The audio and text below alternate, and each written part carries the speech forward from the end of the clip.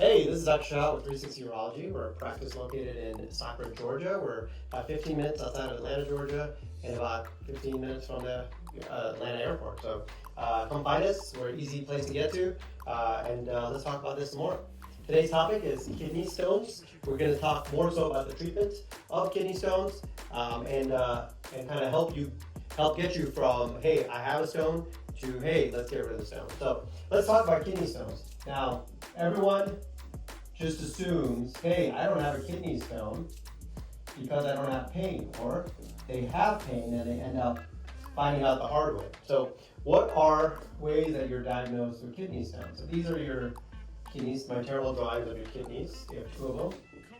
And your kidneys make urine and they pass through these tubes called ureters, and then they drain into the bladder. Now, you could have kidney stones anywhere. You can have a kidney stone up here in the kidneys. Now, when these kidney stones fall out of the kidneys and down and they start passing through this tube, that's where you get pain. Typically, if you're up in the kidneys, they don't usually cause pain. You can get a massive kidney stone called a staghorn kidney stone, or you can just get little kidney stones, right, like tiny ones over in here. So there are variations of kidney stones. You can get one kidney stone, you can have multiple kidney stones, right? What do you do if you have a kidney stone? Well, you have a series of options. Option one is to watch it, right? If it's a kidney stone that's up in the kidney and it's small and tiny, you can keep an eye on it. Note that at any point it can jolt and leave, and then you can try to pass it or treat it at that time. But it may also stay where it is for a very, very long time. And so one option is to watch it. We usually watch it with every 6 months to 1 year. Sometimes we extend it to longer than that. But 6 months to 1 year ultrasounds, kidney ultrasounds, every now and then a CAT scan. You can't see it on MRIs, but either CAT scan or ultrasound. And typically we don't watch it for ultrasound because we want to keep giving you radiation. Now, if you are already passing the stone, so the stone, let's say you got sudden pain, you end up in the ER, and you were finding out the stone, and now you're passing it. Well, in that case, you can do something called medical expulsive therapy. And what that means is we try to give you a medicine like Flomax that helps relax the ureter so the stone can fall out easily. The data shows like things like having sex or going on a roller coaster, anything that involves a lot of movement can help the stone pass. There's mixed data on drinking a ton of water, if that'll help. Some people think, well, if you drink a lot of water, you kind of over distend the fluids in the kidney and the back pressure from that, because the stone is blocking that drainage, can cause pain. Others think that back pressure can push the stone down faster and you can pass it. So there's some discussion on that. But really the Flomax and some pain control. Ibuprofen works great for pain control for most patients. So you can take Omega and ibuprofen regularly, and that can help. There are other meds that you sometimes need, like opioids, Percocet, hydrocodone, but rarely, tramadol, things like that. But there's a series of meds you can use. Sometimes the pain is just so intolerable that we really need to offer a different treatment, or the stone is just so big that really you need to just treat it. Or, again, you could have large staghorns, you could have large, just decent sized stones, and you may offer treatment. And if you're going to offer treatment, then those treatment options are really three options. One is called shockwave lithotripsy.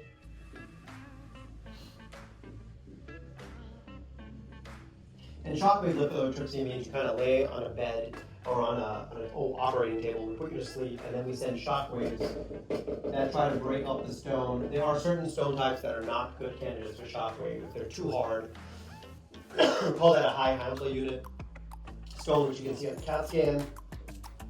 If the stone is big and kind of in an unfavorable position, like in the lower pole down here, that means even if we break up the fragments, all of these fragments kind of have to go upward and then downward, and unless you walk on your hands regularly, that can be a challenge. So those are stones that are less favorable or have a lower clearance rate.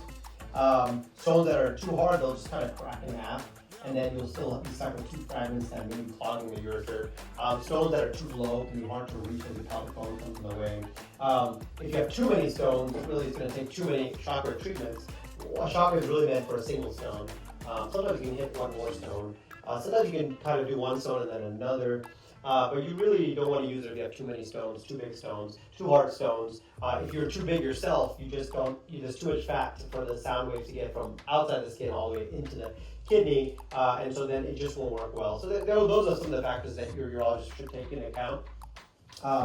Another treatment option is called ureteroscopy. It's probably one of the most common treatments, and we essentially go up here, we laser any stones that we find.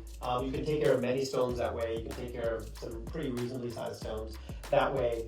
Sometimes it takes multiple treatments to really get you cleared, depending on the amount of stone you have. There is that rare risk that because you're kind of going up and down this channel, you can cause scar tissue. It's pretty uncommon, but it can happen. We try our best to be as careful as possible. And then oftentimes once you're done, we do have to put a stent in. And the stent is a tube that allows this ureter to kind of heal from any kind of trauma that may have occurred, and that also reduces that risk of scar tissue formation. We leave it in for a certain period of time. It could be as little as 1 day, as long as a couple of weeks, and then we pull it out. We pull it out in the office oftentimes, and then you should be good. Sometimes we have to put a stent in before we start and let the ureter kind of widen because it's just too narrow for us to get up, and that also can be why the stone is having trouble passing because your ureter is very narrow. In which case we put the stent, the ureter slowly stretches passively, gets bigger, and in about 2 weeks time we can go back up, and now we get to the stone pretty easily and take care of it. There is something called PCNL,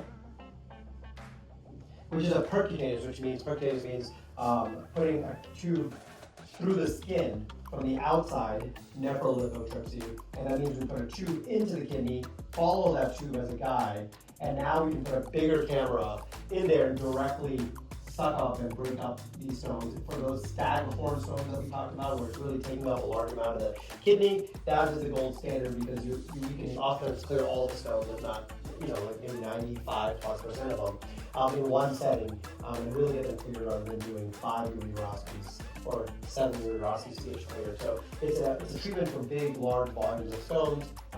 It is a more invasive, oftentimes involves a day in the hospital or a night in the hospital. So more involved, not a great option if you're on blood thinners and can't stop them. Also not a great option if you're on blood thinners and can't stop them. This is a great option even if you're on blood thinners. So ureteroscopy is a very commonly chosen procedure. But again, it depends on your anatomy and your pathology. How much stone, how hard the stone, how big are you, what are your risk factors, how many stones, all these factors that we'll always take into account. So hopefully that's it for you today on kidney stone treatments. Hopefully that cleared up some things for you. If there's anything else we can help answer, we'd love to see you here. All right, till next time.